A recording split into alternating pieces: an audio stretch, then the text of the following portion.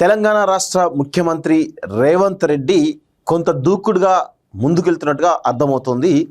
ఎందుకంటే రీసెంట్గా ఆర్టీసీ కార్మికులకు సంబంధించినటువంటి సమ్మె విషయంలో కూడా కొంత దూకుడుగా వ్యవహరించి వారి యొక్క సమస్యలు ఏవైతే ఉన్నాయో దాదాపు 31 డిమాండ్లలో దాదాపు 28 డిమాండ్లను నెరవేర్చని చెప్పేసి హామీ ఇవ్వడంతో సమ్మె విరమించడం జరిగింది.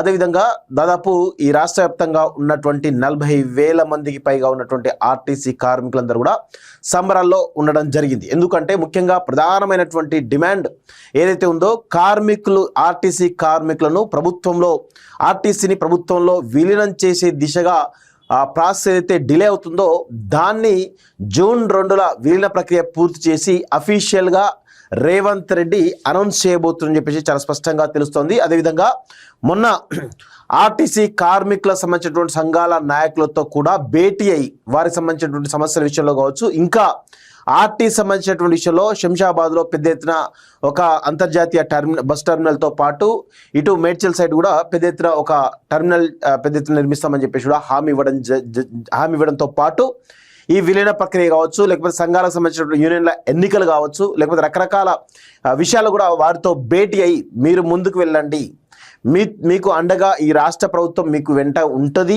ఖచ్చితంగా మీరందరూ కూడా ప్రజల కోసం పనిచేయాలని చెప్పేసి చాలా స్పష్టంగా చెప్పడం జరిగింది. అదేవిధంగా ఆల్రెడీ ఆర్టీ సంబంధించిన విలీన ప్రక్రియ మరికొద్ది రోజులుగా ముగిసి అఫీషియల్ ప్రకటన రాబోతుంది. అదేవిధంగా ఇప్పుడు ప్రభుత్వ ఉద్యోగులకు రావాల్సినటువంటి దానికి సంబంధించినటువంటి వాళ్ళ విషయాల్లో కూడా కొంత నిన్న ఏదైతే ప్రభుత్వ ఉద్యోగులకు సంబంధించినటువంటి నాయకులతో కూడా భేటీ అయి పిఆర్సీ పెంచుతామని చెప్పేసి ఆల్రెడీ చెప్పడం జరిగింది. దాంతోపాటు హెల్త్ కార్డుల విషయం కావచ్చు, లేకపోతే 100 రోజుల్లోగా రిటైర్డ్ ఉద్యోగులకు సంబంధించినటువంటి బకాయిలు మొత్తం కూడా చెల్లిస్తామని చెప్పేసి హామీ ఇవ్వడం జరిగింది.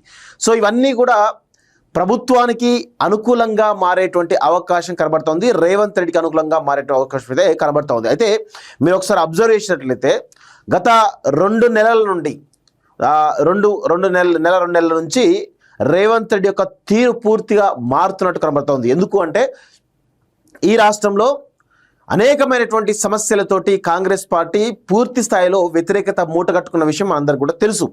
ఇటు హైడ్రా విషయంలో కావచ్చు, వెలుగుమట్ల విషయంలో కావచ్చు, లేకపోతే ప్రజా పాలన చెప్తూ ప్రజా వ్యతిరేక పాలన చేస్తున్న విషయంలో కావచ్చు, మంత్రుల యొక్క అవినీతి విషయంలో కావచ్చు, లేకపోతే ముఖ్యంగా రెవెన్యూ శాఖ మంత్రి పొంగులేటి సంబంధించిన కబ్జాల విషయంలో కావచ్చు, ఇక రకరకాల అంశాల విషయంలో ఇటు కాంట్రాక్టుల బిల్లు విషయంలో కావచ్చు, ప్రతి ఒక్క విషయంలో కూడా కాంగ్రెస్ పార్టీ పెద్ద ఎత్తున నెగిటివిటీ వ్యతిరేకత మూటగట్టుకున్న సందర్భంలో కొంత సెటరైట్ చేసేటువంటి ప్రయత్నం రేవంత్ రెడ్డి చేస్తూ ఉన్నాడు. మొన్న ఆర్టీసీ కార్మికులు, ఈరోజు ప్రభుత్వ ఉద్యోగులు, వీటికి సంబంధించిన అంశంలో కొంత దూకుడుగా వ్యవహరించినట్టు కనబడుతుంది. తానే నేరుగా రంగంలోకి దిగి వారి యొక్క సమస్యలను ఏ విధంగా పరిష్కరిస్తాను, వారి సమస్యలు ఏంటి, ఆ సమస్యల పరిష్కారానికి ఏ విధంగా ముందుకు కదలొచ్చు అనేటువంటి విషయంలో అధికారులతోటి మంత్రాలు జరిపి కొంత ప్రక్రియను వేగవంతం చేస్తున్నట్టుగా చాలా స్పష్టంగా అర్థమవుతుంది. దానికి సంబంధించినటువంటి విషయంలో కొన్ని ఆ ప్రభుత్వ ఉద్యోగులతో సంబంధించిన విషయంలో భేటీలో ఏం జరిగింది ఏంటి అనేటువంటి కోణంలో ఒకసారి మీకు చాలా స్పష్టంగా చెప్పేటువంటి ప్రయత్నం అయితే చేస్తా. పిఆర్సీ ఫిట్మెంట్ పై జూన్ నాటికి నిర్ణయం, నాకు తెలిసి జూన్ 2వ తారీఖు కల్లా ఇటు ఆర్టీసీ కార్మికులకు శుభవార్త చెప్పేస్తున్నాడు. ఆల్రెడీ ప్రభుత్వ ఉద్యోగులు కూడా ఈ యొక్క పిఆర్సీ విషయంలో కనుక శుభవార్త చెప్పేస్తే కొంత ప్రభుత్వ ఉద్యోగుల్లో, ఆర్టీసీ ఉద్యోగుల్లో కొంత వ్యతిరేకత అవుతుందో అది మొత్తం కూడా పూర్తి అయిపోయి ఆ వ్యతిరేకత అంతా కూడా క్లోజ్ అయిపోయి మొత్తానికైతే పాజిటివ్ వైబ్స్ కనబడే అవకాశం అయితే చాలా స్పష్టంగా కనబడుతుంది. ఎందుకంటే ఆర్టీసీ కార్మికులు నిరంతరం కోట్లాది మంది ప్రయాణికులను తమ యొక్క గమ్యస్థానానికి సురక్షితంగా చేరుస్తారు. నేరుగా డైరెక్ట్గా ఆర్టీసీ కార్మికులు ప్రజలతో సత్సంబంధం ఉన్నటువంటి ప్రభుత్వ ఉద్యోగులు, అదేవిధంగా ఇప్పుడు ప్రభుత్వ ఉద్యోగులు కూడా ఎవరైతే ఇప్పుడు ఉన్నారో వాళ్ళందరూ దాదాపు కొన్ని లక్షల మంది ప్రభుత్వ ఉద్యోగులు సంబంధించిన విషయంలో ఈ ఫిట్మెంట్ ఏదైతే పిఆర్సీ ఫిట్మెంట్ ఏదో ఇది కనుక నెరవేరిస్తే కనుక వాళ్ళు కూడా ప్రజల దగ్గరికి వెళ్ళి ప్రభుత్వానికి సంబంధించినటువంటి పాజిటివిటీ చెప్పేటువంటి అవకాశం ఉంటుంది. అందుకే రేవంత్ రెడ్డి తన యొక్క తీరును మార్చుకున్నట్టుగా చాలా స్పష్టంగా అర్థమవుతుంది. ఒకసారి ప్రభుత్వ ఉద్యోగుల విషయంలో ఏం జరుగుతుందో ఒకసారి చూసేటువంటి ప్రయత్నం అయితే చేద్దాం. జూబ్లీహిల్స్లోని తన నివాసంలో ఉద్యోగ సంఘాల నేతలతో ముఖ్యమంత్రి రేవంత్ రెడ్డి చూస్తాను. పిఆర్సీ ఫిట్మెంట్ పై జూన్ నాటికి నిర్ణయం, తక్షణమే నివేదిక ఇవ్వాలని అధికారుల కమిటీకి ఆదేశం. 1లోగా ఉద్యోగులకు హెల్త్ కార్డులు అందజేస్తామని చెప్పి చాలా స్పష్టంగా చెప్పడం జరిగింది. అదేవిధంగా రిటైర్డ్ ఉద్యోగులకు 100 రోజుల్లోగా 6,000 కోట్లు ఇస్తామని చెప్పేసి చెప్పడం జరిగింది. 5న తలపెట్టిన దీక్షను ఉపసంహరించుకోమని చెప్పేసి చాలా స్పష్టంగా చెప్తున్నారు. ఉద్యోగ సంఘాల నేతలతో భేటీలో రేవంత్ రెడ్డి దీక్ష నేను వెనక్కి తీసుకున్నట్లు నేతల ప్రకటన అంటూ చూస్తున్నాం. సో ఆర్టీసీ కార్మికులు 1 రోజు 2 రోజులు సమ్మె చేసిన తర్వాత ఏ విధంగా అతలకుతల మీద మనం చూసినాం. సో ఇప్పుడు ప్రభుత్వ ఉద్యోగ సంబంధించిన విషయంలో ఒక మంచి నిర్ణయం తీసుకోవడంతో కొంత ప్రభుత్వ ఉద్యోగులు కూడా రేవంత్ రెడ్డి ప్రభుత్వం పైన కొంత సానుకూల ధోరణితో ఉన్నట్టుగా చాలా స్పష్టంగా అర్థమవుతుంది. సో ఒకసారి ఆ సమస్యలు ఏంటి అనేది చాలా స్పష్టంగా చూస్తే, ప్రభుత్వ ఉద్యోగులకు సంబంధించి 2వ వేతన సవరణ సంఘం పిఆర్సీ ఫిట్మెంట్ పై జూన్ నాటికి నిర్ణయం తీసుకుంటామని ముఖ్యమంత్రి రేవంత్ రెడ్డి తెలిపారు. తక్షణమే పిఆర్సీ నివేదిక అందించాలని అధికారుల కమిటీని ఆదేశించారు. శనివారం తన నివాసంలో ఉద్యోగ సంఘాల నాయకులతో ముఖ్యమంత్రి సమావేశమయ్యారు. ఈ సందర్భంగా ఆయన మాట్లాడుతూ, ఇది ఫ్రెండ్లీ ప్రభుత్వమని, ఉద్యోగ సమస్యలు పరిష్కరించాల్సిన బాధ్యత తమపై ఉందని అన్నారు. దశాబ్దాలుగా పెండింగ్ లో ఉన్నటువంటి సమస్యలు చాలా వరకు పరిష్కరించామన్నారు. 1వ తేదీనే జీతాలు ఇస్తున్నామని గుర్తు చేశారు. పిఆర్సీ సహా 4 అంశాలపై స్పష్టత ఇచ్చిన సీఎం రేవంత్ రెడ్డి ఉద్యోగులకు ఆరోగ్య భద్రత కార్డులను జూన్ 1లోగా అందజేస్తామన్నారు. పదవి విరమణ చేసిన ఉద్యోగుల ప్రయోజనాలకు సంబంధించి 6,000 కోట్లను 100 రోజుల్లో చెల్లిస్తామన్నారు.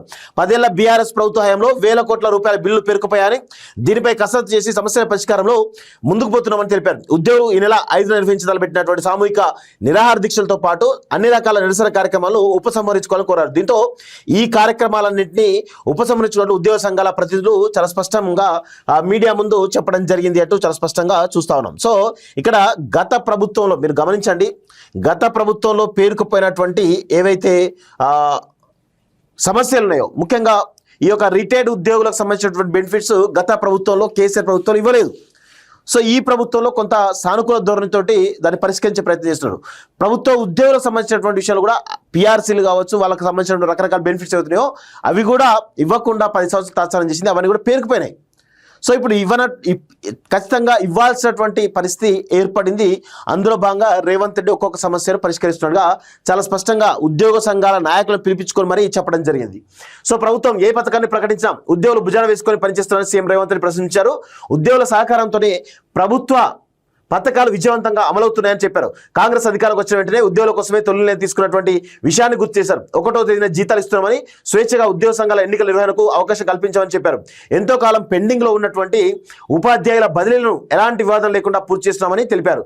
2 ఏళ్లలో 67,760 ఉద్యోగ నియామకాలు చేశామన్నారు. ప్రతి 2 నెలలకోసారి గుర్తింపు సంఘాలు ప్రభుత్వ ప్రధాన కార్యదర్శితోటి సమావేశమై సమస్యలపై ప్రభుత్వానికి నివేదిక ఇవ్వాలని ముఖ్యమంత్రి సూచించారు. సీఎస్ వద్ద సమస్యలు పరిష్కారం కాకపోతే డిప్యూటీ సీఎం వద్ద పరిష్కరించుకోవాలని సూచించారు. దీంతో సీఎం నేతృత్వంలో చాలా వరకు ఉద్యోగుల సమస్యలు పరిష్కారం అవుతున్నాయని ఉద్యోగ సంఘాల నాయకులు రేవంత్ రెడ్డికి ధన్యవాదాలు తెలిపారు. ఓటీలు రద్దు చేయాలి, వైద్య విధాన పరిషత్లో 13,100 మందిని ప్రభుత్వ ఉద్యోగులు గుర్తించడం ప్రభుత్వ నిబద్ధతకు నిదర్శనమని ఉద్యోగ సంఘాల నేతలు పేర్కొన్నారు. కాగా 317 జీవోలో స్థానికతకు విరుద్ధంగా మల్టీ జోన్ మారిన వారిని స్థానికత ఆధారంగా బదిలీ చేయాలని హైదరాబాద్ చెందినటువంటి నీటిపారుదల శాఖ, ఇంజనీరింగ్ శాఖ కూడా కోరింది. అంటే ఎవరైతే ఉద్యోగ సంఘాల నాయకులు వెళ్ళిరో వాళ్ళందరితో కూడా భేటీ అయినట్టుగా వాళ్ళ సమస్యలను కూడా తెలుసుకుంటే చాలా స్పష్టంగా తెలుస్తుంది. సో దానిలో ఉద్యోగ సంఘాల నేతలు ఎవరైతే ఉన్నారో జగదీశ్వర్ కానీ, లచ్చిరెడ్డి కానీ, ఏలూరు శ్రీనివాసరావు కానీ, రవి, శ్యామ్, శ్రీనివాసరెడ్డి, దామోదర్ రెడ్డి, సదానందం, రవీందర్ రెడ్డి, రాజశేఖర్, మహేందర్,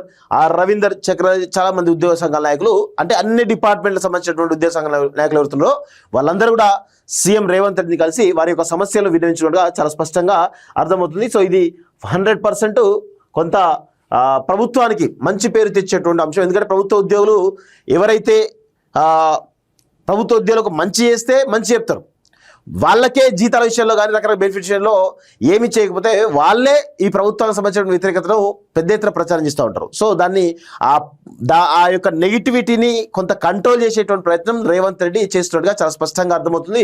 ఎందుకంటే ఇప్పటికే చాలా డ్యామేజ్ అయిపోయింది కాంగ్రెస్ ప్రభుత్వం, ప్రజల్లో చాలా చులకనైపోయింది. సో ఇప్పుడు రైతు బంధు విషయం కానీ రకరకాల విషయాల్లో కానీ ప్రభుత్వం చాలా పెద్ద ఎత్తున చులకనైపోయింది. సో ఇప్పుడు ఒక్కొక్కటి సెట్ బ్యాక్ చేస్తున్నట్టుగా చాలా స్పష్టంగా అర్థమవుతుంది. మరి ఇది ఎంతవరకు కొనసాగు చూడాలి. ఎందుకంటే గతంలో కూడా సెటరేట్ చేసే ప్రయత్నం చేసిండు కానీ విఫలమైండు, కానీ ఇప్పుడు మళ్ళా సెటరేట్ చేసే ప్రయత్నం చేస్తున్నాడు.